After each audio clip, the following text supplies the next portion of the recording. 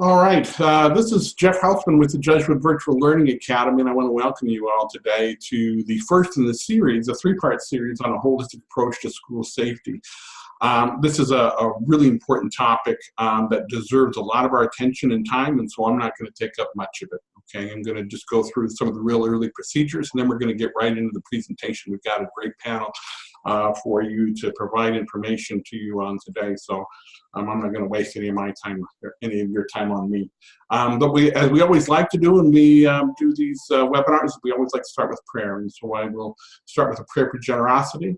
Lord Jesus, teach me to be generous. Teach me to serve you as you deserve, to give and not to count the cost, to fight and not to feed the wounds, to toil and not to seek for rest, to labor and not to seek reward, except that of knowing that I do your will. Amen. Welcome again. So the first thing I like to do is always provide a little bit of context in terms of our professional development and where sort of our webinars can fit into the equation. So we do a whole different, we do a lot of different types of programming in the professional development area. And for the most part, really when we focus on our coursework and so forth, we really want people to leave with something. We really want them to actually have an artifact, an experience, something that they're walking away with. This isn't that, right? This is a webinar, so you're being pushed back into this area over here where we really are talking about providing you some information, okay? That hopefully over the three-part series that you're going to experience will inspire you to think more, right? And to consider what's going on in your school and to perhaps start a different type of conversation, okay? So that's what you can expect. The format for this presentation is it's going to be a formal presentation, and then there's Q&A. There's designated Q&A time. As you have noted already, probably, that you don't have access to your microphones or video, and that's by design. Obviously, the 60 folks involved in the presentation, it would just be out of control if we tried to manage that. So instead, we ask you to practice active listening. We ask you to use the chat to chat, and we ask you to use the Q&A to ask questions. Okay, so there's two buttons that you have. Use them accordingly, and use the Q&A for any question you have, whether it's about a technical issue or other. Otherwise, sometimes in the chat things get lost because people are scrolling. So use the chat if you just have something to add, but use the Q&A anytime you have a question, because we'll monitor that closely, okay? I don't know if this is the case, but there may be a poll that's introduced by one of the panelists, and if there is, please provide a response in a timely fashion. You'll know when it happens, okay? Lastly, this will be recorded, and that recording will be available to you. As I mentioned earlier, this is a three-part series. The next two, one happens in February, one in March, and tomorrow, when we send you the link to the recording, we will also send you links to the registration for each of those two sessions as well, okay? So a quick thank you from me to my associate Carol Kelly for taking charge and leading this important effort, as well as to Steve Morrill, somebody I've known for a very long time from Loyola Blakefield, this is really right in his wheelhouse, and I really appreciate him offering to take the lead in bringing together some really great panelists, and I'm going to let Carol introduce them now. So Carol? Thanks, Jeff. Thank you. And I'd also like to welcome everyone to this first in our series of webinars focusing on a holistic approach to school safety. It's really our goal to provide a platform on this topic that will deliver substantive information to you, encourage ongoing discourse, and create a cross-network dialogue that will address these issues that have unfortunately really become a part of our contemporary landscape. So our panelists today are experts in the field of school safety. And first, it is my pleasure to introduce Steve Morrill. When we first spoke with Steve about this project, this isn't in his bio, so he's not anticipating this, but he was preparing to leave for Australia. And he conducted in Australia a professional learning workshop and gave presentations for educators on the development of Loyola Blakefield's cyber program. He was personally invited to Australia by the program sponsors of Life Journey, which is the Australian Council for Computers in Education. He earned his BA from Villa Julie College, which is now Stevenson University, and started his career there, spending 11 years in their technology division. That career included serving as the manager of their network and enterprise systems and security, camera systems, emergency protocols. He really oversaw everything. As Loyola's director of technology, he oversees all the aspects of their technology, software, hardware, security systems, and classroom integration. Steve was recognized as the nation's first cyber teacher in 2016. His philosophy as the nation's first cyber teacher is that it's the cyber teacher's job to help make students cyber citizens of their world. His time and his talent are very much in demand, and he comes to us in the midst of a whirlwind of government, agencies, and international conferences over the past few years. So we're really fortunate to have him here this afternoon, and I'm going to turn the ball over to him now and let him introduce our other panelists. Thanks so much. Steve? Thank you, Carol. I appreciate it. Thanks for that intro. And you pulled one fast one on me, so thank you. And good afternoon, everybody. I appreciate everyone's attention this afternoon. I think this is going to be a fantastic conversation to have. It's one that needs to be had. On the webinar with us today are a couple of folks that you'll hear a lot from later this afternoon, but I do want to give them an introduction. So Brian Wolf is the president of Wolf Security. He is a new trusted partner of Loyola Blakefield and has really done a lot to help us look at our security, evaluate some of our plans, give us some honest feedback, and also provide safety and security for our community. Brian is a longtime police officer. He's also run his own company for a while with his partner Rick Landsman, who you also see there. But the part that I love about Brian when we met him, he was a school teacher before he was a police officer. So he really brings a breadth of expertise to this and really looks at things through an educator's lens. And I think that's when we talk about security planning, that's where we need to look at. So I'm going to share my screen here real quick, and that way folks can see what we got going on here. All right, fantastic. All right, so the beauty of this is where we want to start. And I think when it comes to building a plan for safety and security, all of us know that this sometimes can turn into a very touchy subject in conversation around a table with our administration. But I think the strength that we're all going to bring to this effort, and this is a collaborative effort, both in this community and in your individual schools, we have the benefit of being a Catholic and faith-based organization. We can bring to this conversation, and this is where the holistic part comes in, we can bring to this conversation the entire person. We're looking at the entire school landscape. We're looking at the individuals who are actually in our schools. And we have an advantage when it comes to this type of planning. So I hope that you'll feel that today, both in the information I want to share and that Brian and Rick have to share. So what we want to do today, we could talk about this for days, but we only have an hour, so we want to make sure that we give you enough concrete details to actually start that conversation in your school. If you don't currently have a crisis management plan and haven't thought about it, today is the day to start that conversation. And we realize and will attest to every campus is different. Brian and Rick's expertise, they've seen a lot of different campuses, how they operate, and have brought some clarity to that. We want to talk about who the stakeholders are going to be in your process and how you're going to get this started. Obviously, what goes into your plan. Brian and Rick are going to give us some recommendations and best practices. And then one of the things that we do best, reflect, revise, and put into practice. And we'll have plenty of time for Q&A at the end.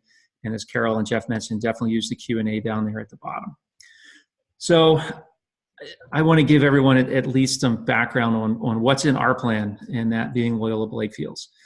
So we did update this plan for the 18-19 academic year, and it does cover everything from what you would think from a lockdown to utility failure, medical emergencies, contact info. This plan has been around for 6 or 7 years now, and unfortunately, gone are the days when we just need to worry about conducting fire drills with the fire department. That ship has sailed a long time ago, unfortunately. We do spend a lot of time reviewing and updating that plan each year, and then there's some education behind it. So we've activated this plan 3 times in my time at Loyola. So I've been at Loyola. This is my 13th school year. We have activated it 3 times. We've activated it twice in the past 18 months. So it's been something that has been tested, let's say, and that's how we met Brian.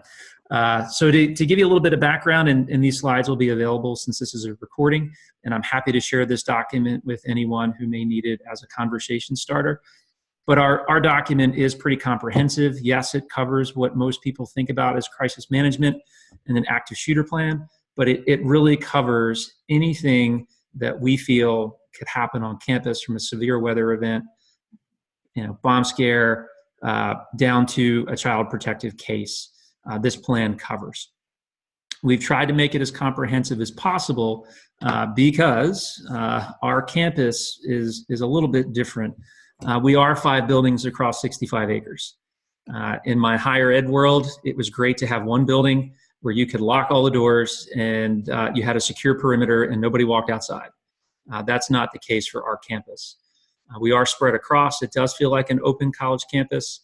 The only security we have, in air quotes, is everyone wears their Prox card, and that's your key to the building.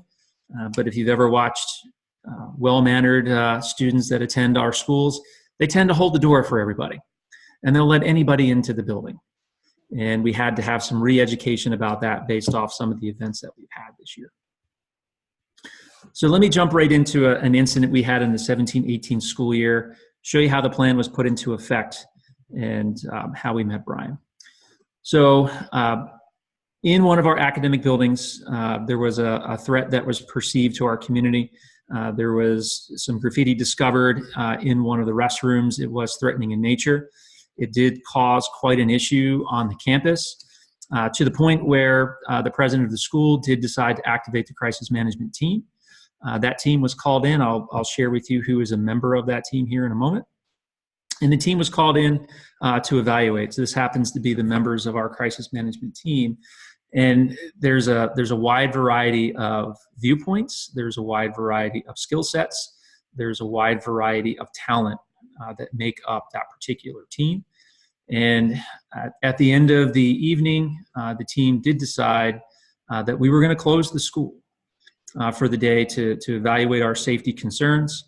Obviously, that triggered the news helicopters to be flying overhead for the next 2 days to figure out what was going on. We did involve the local law enforcement was called in to do a full investigation. And it took a couple of days to wrap that up. It was a very trying time. It was very stressful. The folks that were around that table, it put them to the test, right? As educators, we sometimes don't think in terms of, could someone in our community actually be a threat? And I know sometimes that's controversial to say, but again, this is a holistic approach to security. And if we are truly caring about the entire person, we should be picking up on things like this. And that's what this series is dedicated to talk about. So in our case, once the investigation piece wrapped up, it was public relations mode. So as you saw in our previous slide, our PR director and marketing director is a member of the crisis management team. And that is, I don't want to steal any thunder from Brian, but in my opinion, that was one of the best things that we could have done, to have a unified message to our community, our faculty, staff, parents, students, and then the external community through the media. That messaging was critical, and it was key in a moment of crisis, to make sure you're speaking with a unified, calm, informed voice is paramount. And we have a great team that put that together. Then once that dust settled, we came back as a crisis management team, went through our notes, went through how we felt, went through the available data, and really pulled it back to look at, did our plan work? What should we change? What should we add? Who should we add? All those types of things. So after that incident, the community honestly did not feel safe on our campus. I know that's a terrible thing to say, but through polling and through feedback and conversation and focus groups, people didn't feel safe. So the decision was made to move to basically outsource our campus security. We put together a pretty comprehensive RFP process to evaluate who's the best fit for our campus, what services do they bring, what expertise do they bring. A plethora of things were in that particular process. And the result of that was bringing Brian's team on board with Wolf Security. And his team has been fantastic.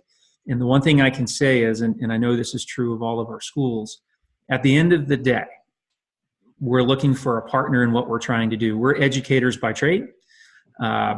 We want to provide a safe, secure, nurturing environment for our students, faculty, staff, parents. And we felt like we had that before this particular incident. We still feel like we have it today, but it's great to have a partner in place that can give us honest feedback, as well as help our students and be part of our community. And that's where Brian's team came in. So what I'd like to do at this point, and Brian, I'm happy to run the slides for you. I want to introduce Brian and Rick, and we'll have a conversation about our plan, what that plan looks like. And today I am absolutely happy to air anything you want to talk about. Brian and Rick have ripped our plan apart and done some evaluation. So, I'm sure they're going to share that feedback with you today. And that's the key. There's not one plan for every campus. We're happy to provide a template. We're happy to start a conversation. It's an ongoing conversation for each of your schools. So Brian and Rick, I want to hand things over to you and maybe give a little background on how we met, and then we'll jump into your points here. And again, if you guys have questions, please put them in there. And I believe Carol is going to run our back channel today to bring those questions forward here in a few moments. So Brian and Rick. I don't mean to, just let me interrupt just really quickly. There is one quick question perhaps should be clarified before we launch on. We have a question that's just asking you, Steve, what kind of security staff you had before you hired Wolf Security when it became necessary to hire them after this incident you mentioned. If you could just briefly explain that. Go on. Thanks so much. Good question. Yeah. So we were using another third-party security company, and I mean no disrespect when I say this, but the quality of their staff was folks that would much rather sit in an office or a vehicle than walk around and be part of our community. So there was no active involvement from that particular organization, and they were there just to kind of circle the campus and look around. And they weren't effective, right? To be completely honest, they were not effective at all. So when we were evaluating other companies, the plan that Brian brought forward, references that he had, were out of this world. So we are very happy to have changed companies. And Brian, maybe if you want to talk about philosophy as well on your officers and kind of what your level of training is, full well knowing, right? You don't have offices in all the locations of where folks are joining from today, maybe what folks should look for in an outsourced security partner and things they should talk about. Sure. Well, first of all, Steve, thank you. And good day, everyone. Thank you for having us, myself. And as you see next to me is my business partner, Rick Landsman. I'll let him talk about himself momentarily. For the sake of time, I will just tell a little bit of background about us. I was a school teacher for 5 years prior to becoming a police officer with the local law enforcement here in Maryland. I've been on just about 24 years with the police department. I am still active. And approximately 11 years ago, Rick and I got together. I actually worked for Rick in the police department. He was my immediate supervisor, my lieutenant. So that's how we met back in 1995. And in 2007, we got together to start a security company. As everybody knows, there's many security companies out there. However, we wanted to be above and beyond everyone else. And the biggest part of it, we wanted to bring our law enforcement experience into our company. So late 2007, we put a plan together, and early 2008, March of 2008, we ended up kicking off Wolf Security. Our focus was providing not security guards, but security officers, officers that are well-trained, with an understanding of the safety and security of the places in which they are going to be working, whether it's a school, whether it's a business, whether it's personal for somebody for executive protection. And fortunately, over the just about 11 years, we have grown our company. And one of our big platforms is school safety. And with that is where Rick Landsman comes in. He has been involved with school safety for many years, and I will turn it over to Rick on that part.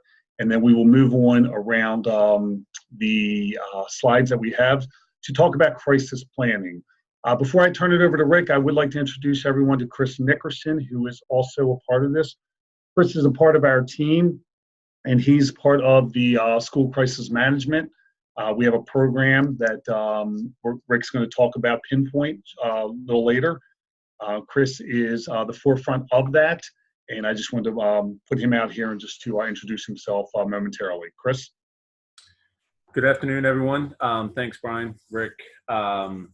Yes, just a quick bio. I've been in the education space for over 15 years, more on the technology side, finding solutions and software for educators and training. And yes, been working with Brian and Rick to leverage the software tools that are out there today to just make the administrators, faculty, everyone's lives easier. And yeah, I'm glad to be a part of today. Thanks, Chris. Rick, I'll turn it over to you as well. A little bio about yourself, and we can get in with the PowerPoint. Very good. My name is Rick Landsman, and I'm a 36-year veteran of the Baltimore County Police Department. I retired in 2015 after 36 years. I've been with a large private school, McDonough School here in Baltimore, for 27 years as the Director of Security. I initially started with crisis planning immediately after the Columbine incident many years ago. We started at McDonough figuring we wanted to get ahead of the game, and we have succeeded in doing that, and we still today revise our plan every year. Again, I went with Brian in 2008 to start Wolf Security, and our goal here is security has to change. For years, we've had what they refer to as rent-a-cops. You have police on the other end of the spectrum, and our idea was to professionalize the security service, make training a mandate, make education of our officers and specify training for our sites so that we were more than rent-a-cops. Law enforcement, if you bring in police officers to work your campuses, they're very expensive. Most times you cannot get people to work because they're working shift work, and we want to professionalize the service, and that's where we go with Wolf Security. And that's not a plug for Wolf Security. It's a plug for anybody looking to get private security. You don't want just a rent-a-cop that's going to come sit in their car. Law enforcement is great if you can get it and afford it and they can commit to you, but professional security is the way to go. So look for a professional security outfit to come in. I'd like to start first by saying that the goal of any crisis plan is to make people safe. We all know that, and that is great. But I think we need to get away from the crisis plan meaning active shooter, because a crisis plan does a whole lot more than active shooter programs and things like that. It's a large part of it. That's where we're focused, and that's what brought it to the forefront, but it's not all about active shooter programs. For instance, the goal of any crisis plan is to get people's attention. Get everybody quiet, get their attention so that everybody knows what's going on and everyone can follow directions so that the investigation can proceed as it's supposed to. We can continue to make people safe, and as the operation continues, we can get people into a safe location and away from harm. That's number one with any crisis plan. But we really need to get away from the active shooter. Age-appropriate training. The one school I do, everything has to do with bad weather from from 5th grade down, has to do strictly with elementary schools and bad weather incidents. We do not talk about active shooters. Very important that you don't traumatize the children, and a lot of our educators have weighed in on how we do that. A crisis plan is much more than words on paper. It's got to be well thought out. It has to be unique to each institution. Now, the McDonough School is about 1,000 acres. It has about 25 buildings, and that plan would not work at a school that has 3 buildings. You have to make it unique to that specific building or campus. relevant individuals that are very important. The people that are in a position to make these decisions should be the ones from the very beginning working on getting this thing together and making sure that everything is covered. Your technology bases, your student bases, let's see, emergency responders. Most police, fire, ambulance personnel responding to your campus do not know where to go.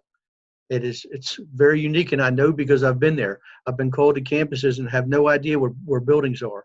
So you have to have somebody assigned, and nobody wants to assign somebody the task of being on a perimeter when an emergency situation is occurring.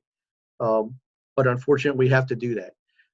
At the school we do maintenance. We send our maintenance people to the entrances, close off the entrances except for emergency personnel, and that's what they do. They direct them to the proper buildings. We are working on a program that will be maps included with every emergency, so the law enforcement in their vehicles, and Chris is going to talk about this a little bit more later, but in every police vehicle, maintenance will hand them a code. They pull it up on their screen in their police car, and then they have an idea exactly where they're going and how many people are in what buildings. It's very important that we do this. We can never sit back and think that we have the perfect plan. As you know, everything changes.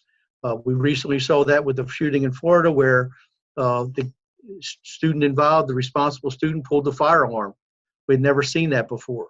That was very unique and made us sit back and say, what are we doing wrong? We have to address this and make sure we're equipped if something like this happens. That was the first time that had been done, and really everybody stood back and looked and said, what are we going to do now? One of the most important things about any crisis plan is redundant systems. By that I mean you can't just, and I know Loyola, you don't want cell phones used on your campus, and 10 years ago that was probably a good thing to do, maybe even 5 years ago. But all the recent cases are showing us that the best communication tool in any emergency is cell phones, because every kid has one, every teacher has one, and they've proven to be the most accurate information comes across. And they're important because if we don't use them for our purpose, the kids are going to be calling their parents, which gets half information out and creates havoc there. We've got hundreds of parents rushing to every school trying to get on the campus, which is what we do not need. So cell phones are a good source of communication.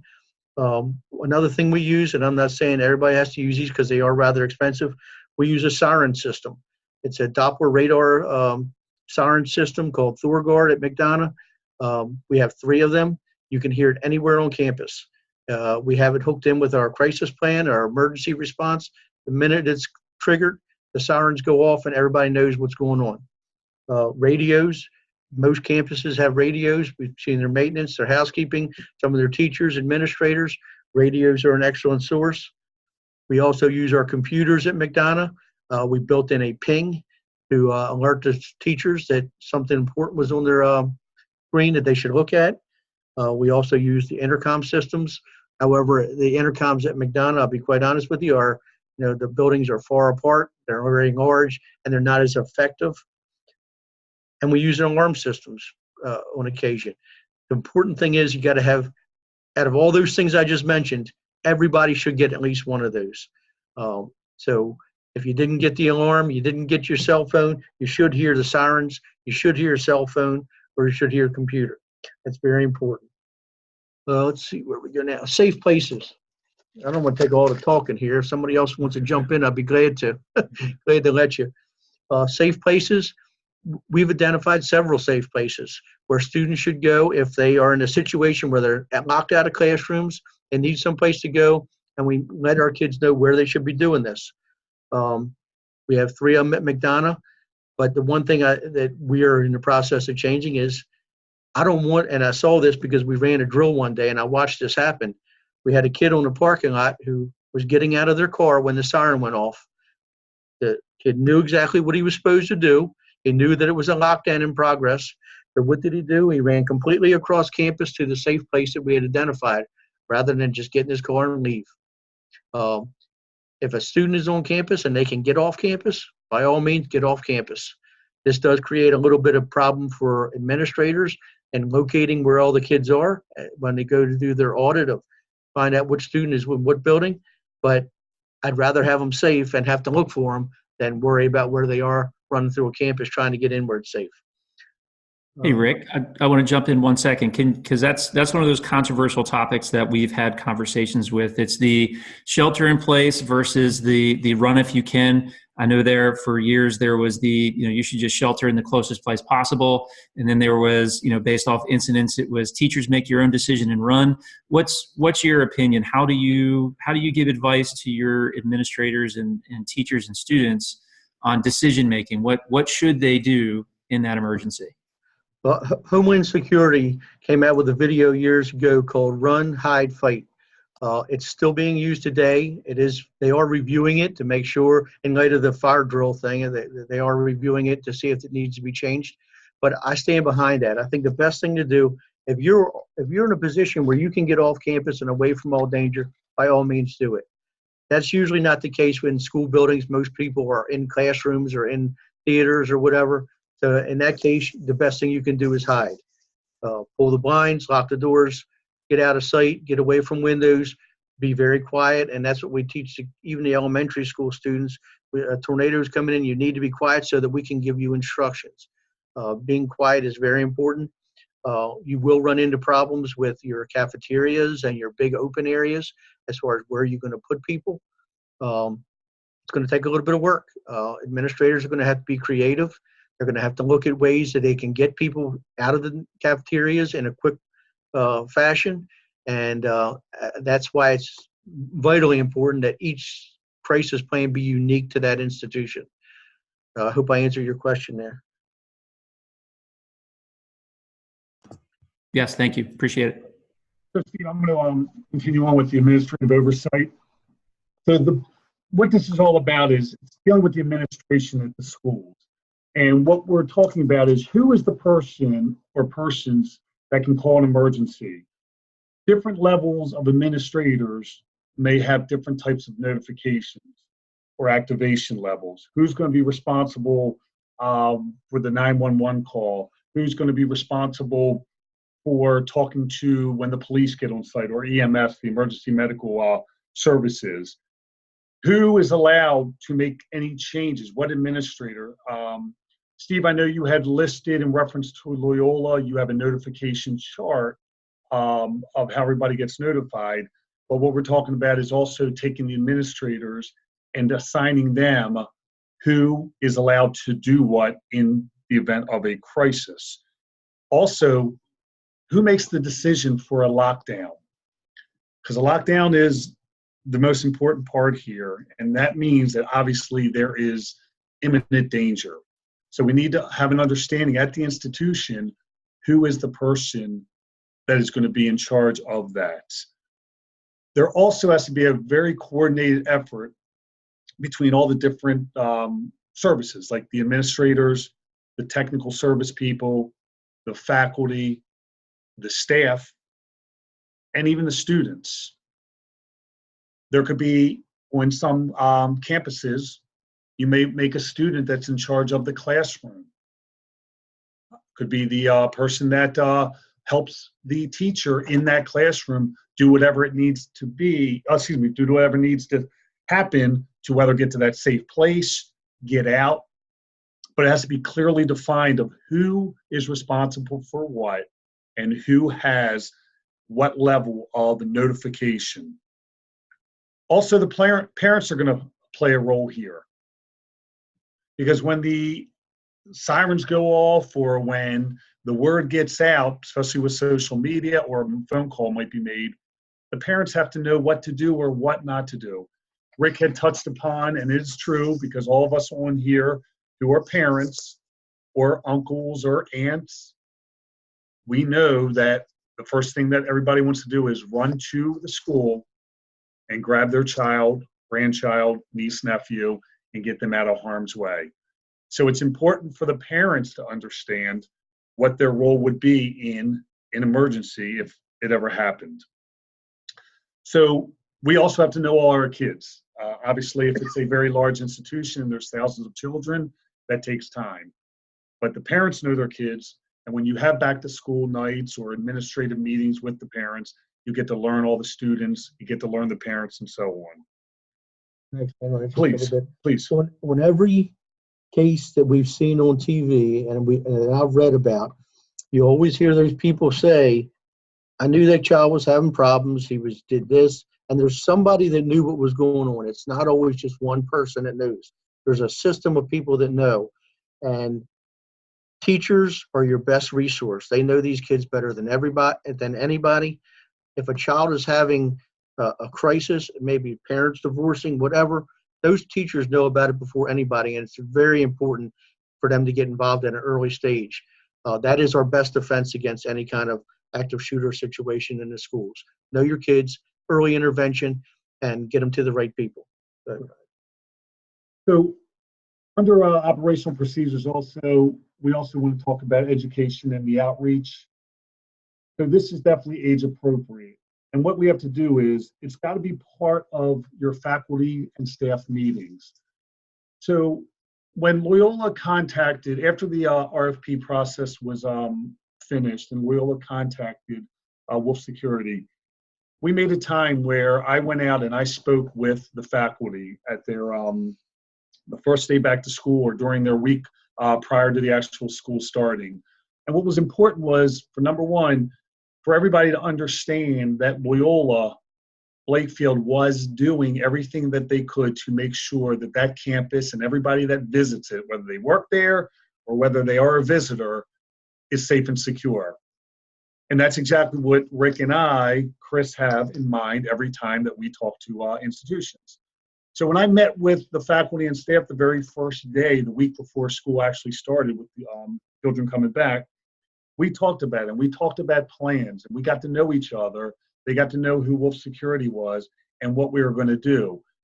And the biggest part of having a security company or a outsourced security company or law enforcement that's going to be on your campus is to make sure that it is not just the first meeting in August or the beginning of your school year, whenever that may be, but it's throughout. So myself, Rick, we've been on Loyola Blakefield's campus many times throughout this school year, which began last August, and we continue to do that. It goes back to what Rick said. It's a fluid, continuous process to make sure that everyone is on the same page. And when we talk about what needs to be done, remember, it has to be age appropriate. We have to make the kids understand what we're trying to do. So when we did a drill, we try to keep it as simplistic as possible, but also make sure that we get the message across and what needs to be done. So if I can turn it over to Rick for next, go ahead. Another thing we need to do is outreach to your local fire and police departments. It's vitally important that they know your campus, know where to go in an emergency, know what you're doing to help them, and ask them, what do you need when you come on the campus? Some of them might say, I need a list of all your students. I need a list of all your buildings. I need a map. Whatever they need, it should be available, and it should be available in your maintenance vehicles or whoever you have at the perimeter to provide law enforcement. We should have technology available to the officers when they arrive, like cameras. I'm thinking back to an incident in a local college here where had we had immediate access to the camera system, we could have resolved the situation in 15 minutes. Instead, it went 2 to 3 hours.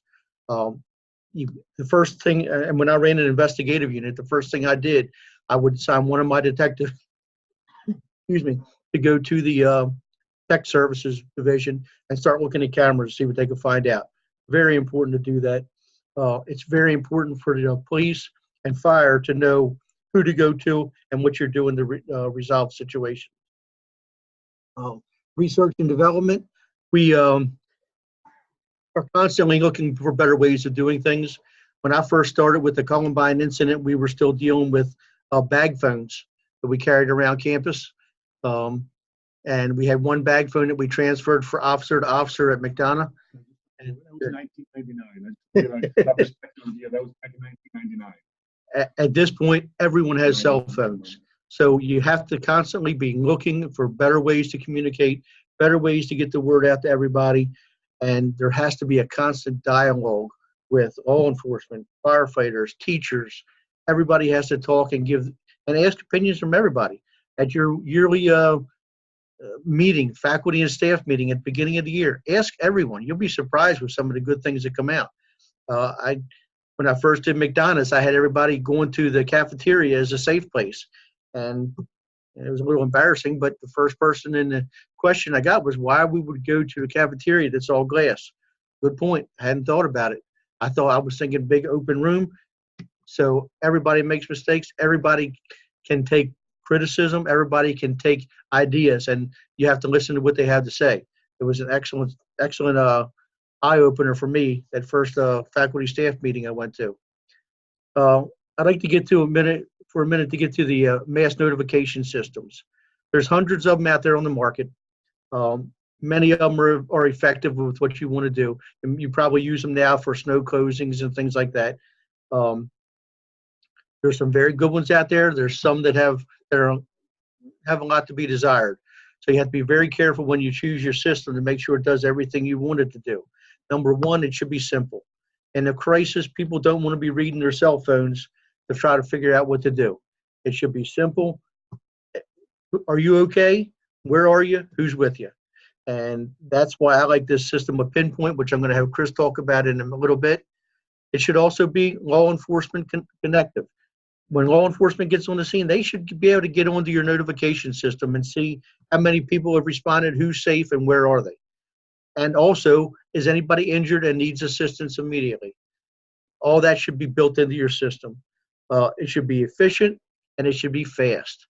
A notification system should be able to build with 1,000 students or 1,000 combination of students and parents of 1,000 people. It should build in 2 to 3 minutes, and all the information should be in. You should be in the probably 90 to 93 percentile of responses. If you're doing your education right with your students and your parents and your faculty, you should get 93% back any time of day when you set off that emergency. Very important. A tiered system, maybe if it's a level 3 emergency that's just somebody injured on campus in an athletic event, expect emergency vehicles coming, maybe you only need 5 people notified of that. Your athletic director, the dean of students, etc. And you know your systems better than I do, or your hierarchy there. Tiered system, a level 1 emergency, everybody should get it. Everybody should know what's going on. That's very important. And I'm going to let Chris talk a little bit about Pinpoint. He's the expert. Chris, I'm going to turn it over to you. Thanks, Rick. I appreciate it. Just real quick, I just wanted to, as Rick and Brian have both mentioned, Pinpoint. This web-based platform was developed over 3 years ago by teachers, and their whole mission was to build a flexible, nimble platform for accountability. And as Steve mentioned earlier, not only it's two-part, right? Account for everybody on your campus, and also everyone that's not on your campus. And that was a big big piece in this functionality of this software.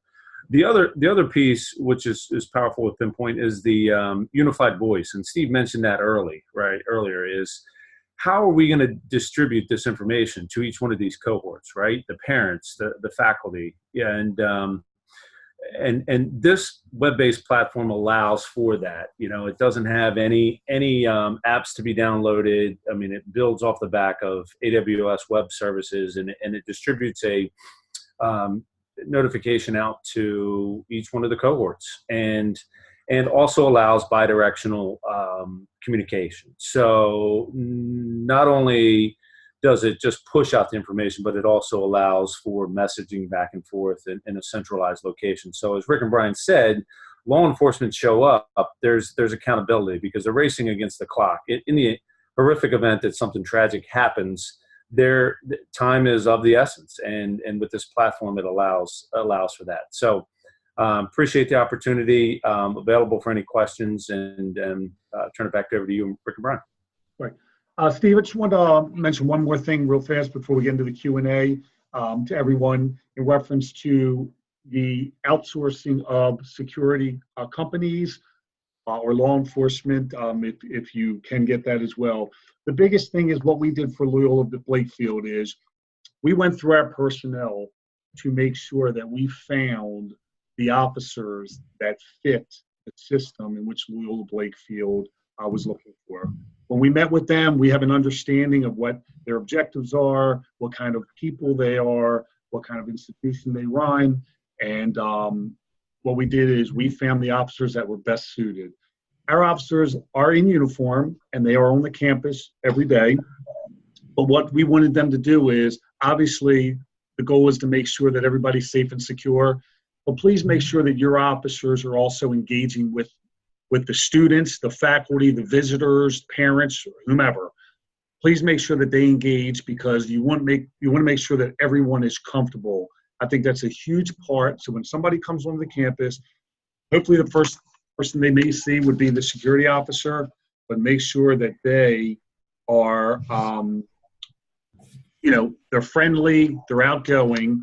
And the biggest part is, by the officers knowing all the students and getting to know them and befriending them in a sense of just having an understanding of who they are, it's a huge intelligence gathering of information for not only the officer himself, him or herself, but it's also for the administration.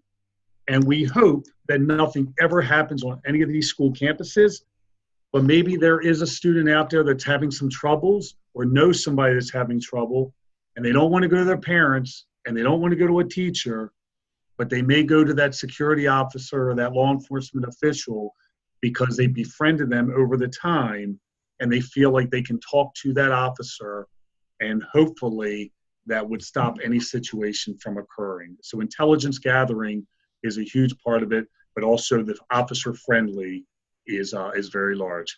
Steve, I'd like to turn it back over to you. And Sure. Thank you, guys.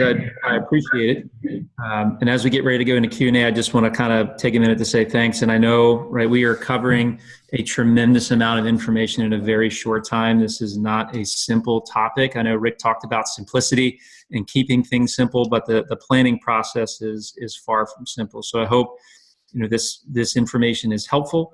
What I offered to Carol and Jeff earlier when we talked about kicking this off is, clearly when JVLA sends out their survey for feedback, if there's something that you want to know something specific about, please note that. And I'm happy to work with Brian, Carol, Jeff in order to take that content area, since this is so important to me. Obviously, I mean, this is something that we hope we never have to use. And if our plan is intact, no one will know any different. But we're happy to continue down this road and give people more information. I'm happy to share copies of plans that we've had, our current plans, those types of things. No problem sharing those. So with that, happy to turn it over to QA. Carol, I know you're kind of managing things in background for us. What do we have so far?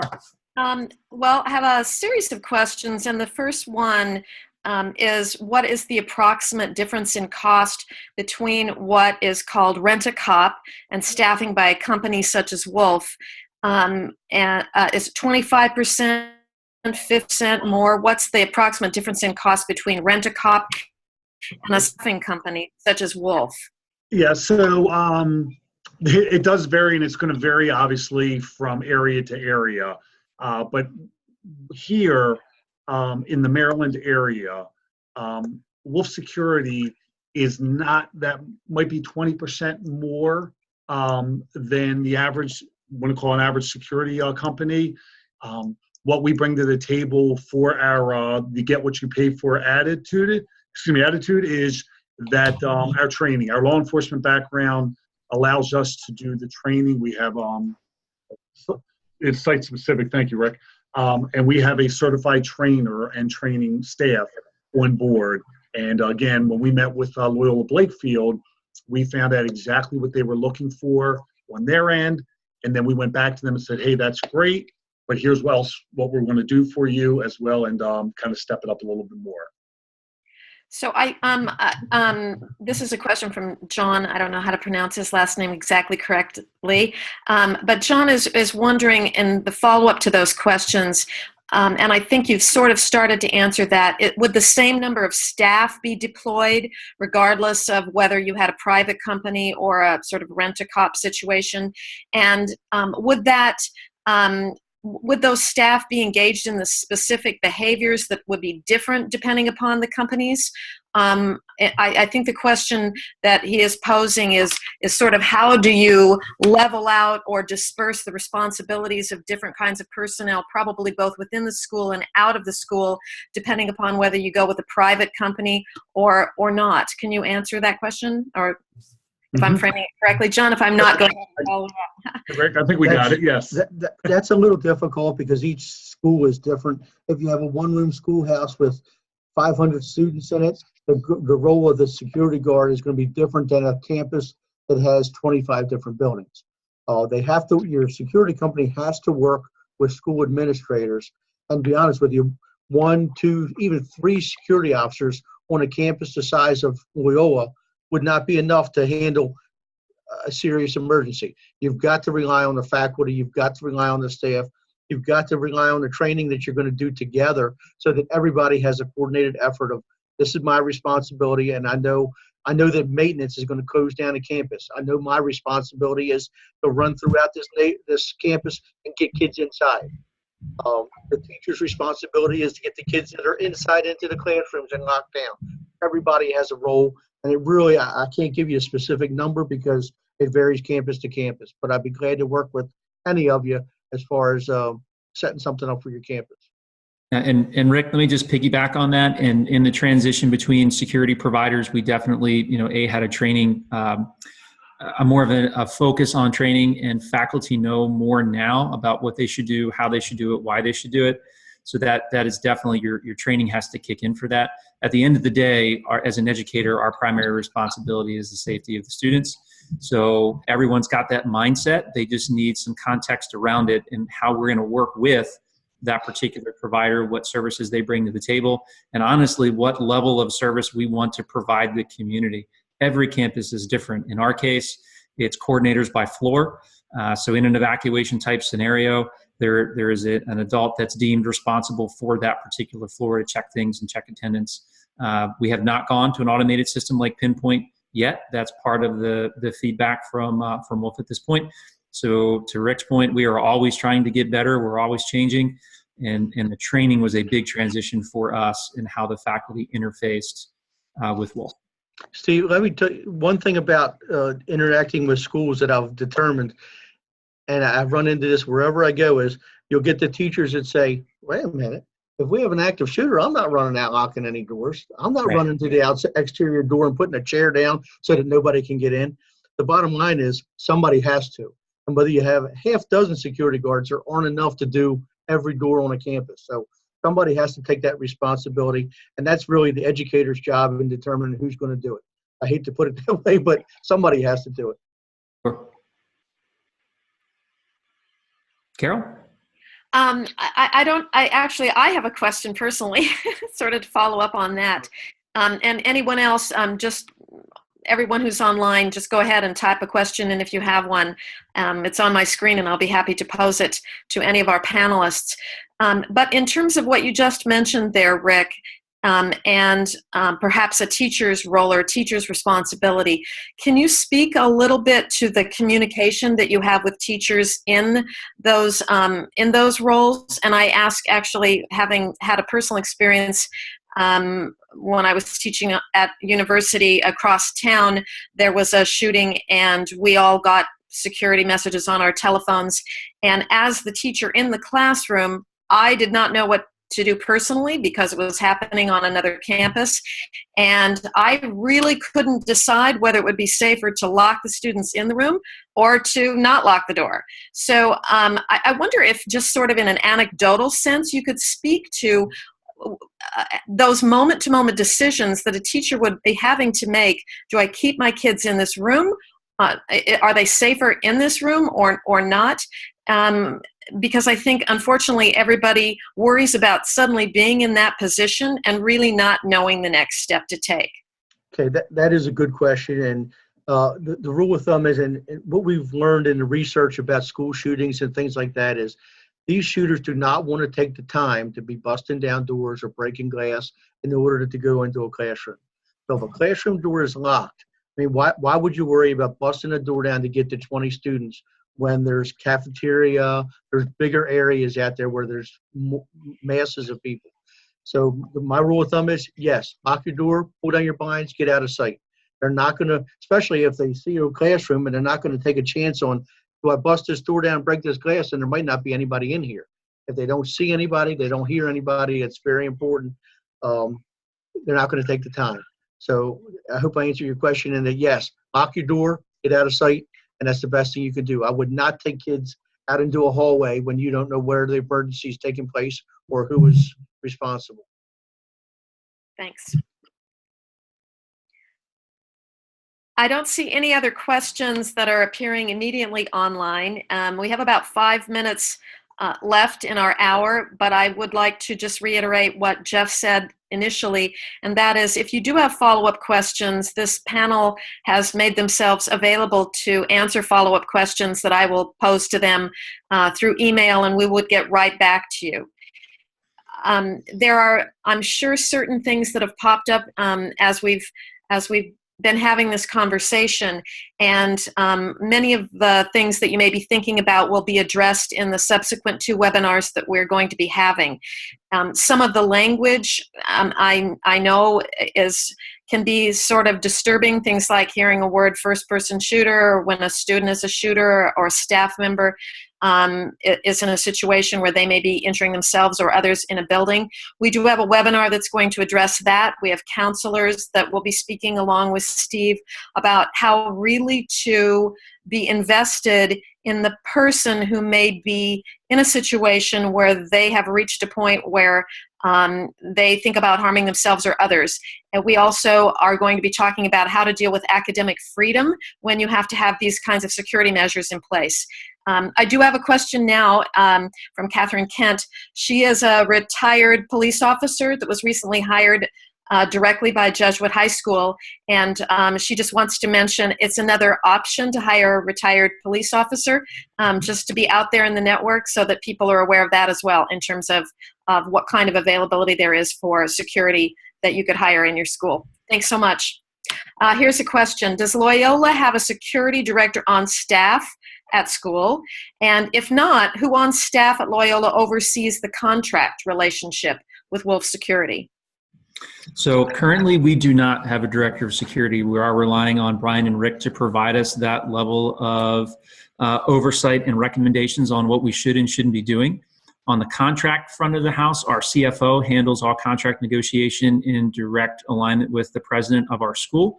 So the president is who kind of laid out the needs and wants to Brian and worked with him in order to bring his services to campus. So it is absolutely an all hands on deck process when you're going to bring in a company to do those types of things. Obviously, I work very closely with Brian and Rick from the technology front, from door access control and cameras. Our CFO handles contract negotiations. Our president lays down exactly what he wants to see. Our dean of students is charged with the training of both our faculty, staff, and students. So it is a very collaborative effort to be able to bring that on board. I know with our capability to bring on an outside vendor, to be quite frank, we opted to go with Wolf Security rather than hiring a director of security because we're getting those types of services, and because there is collaboration between Wolf and us, we feel like we've covered those bases. Rick, I know you have the title of director of security at another school. Feel free to debate me on that. Right now it's working for us currently.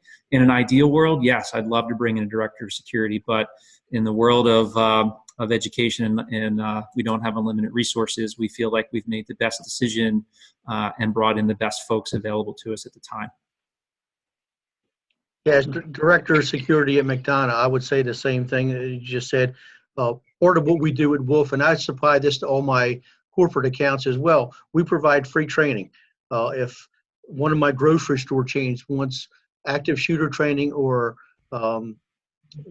any kind of training at all, self-defense training, we go in and provide that free of charge because I think it's important, and I think it's the new wave of security. Security is no longer just hiring somebody to sit at your door, sit there and look at their fingers or talk on their phone all day. Security is professionalized now, and they have to do the things that you need them to do. And that means training. It means being alert to things, and it means communicating. Let me put one more thing as well. First of all, to the person who asked the question, the retired police officer, thank her for her service. And Wolf Security, not to plug us, but to let everybody know, we do hire retired police officers, military personnel as well, because of the background in which they bring. So they would fall under the security officer that we would put out there. I use the security officer as that broad umbrella title on there. But the biggest thing I hope everybody can take away, obviously, it's a lot of information, as Steve says, but what is very, very, very important in all of this is communication and training amongst everyone. If you have a good communication platform and everybody can be trained, I know every day is very busy for everyone, administrators, students, faculty, we get it. We have to try to cram it all in so many hours.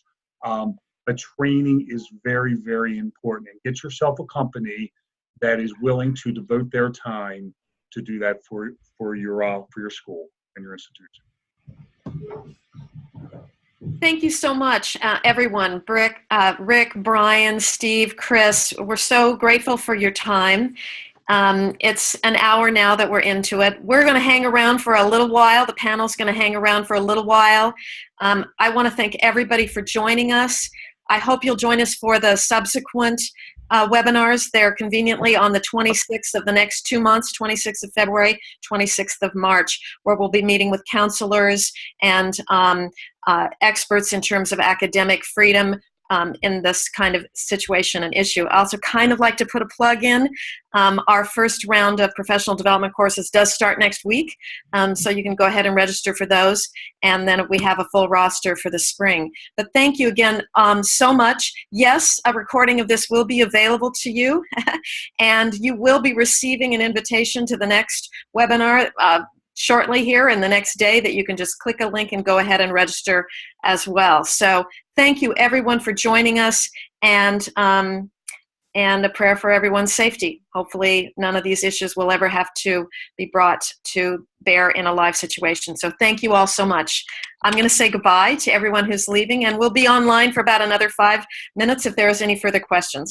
Thank you. Fantastic. Thanks, everyone.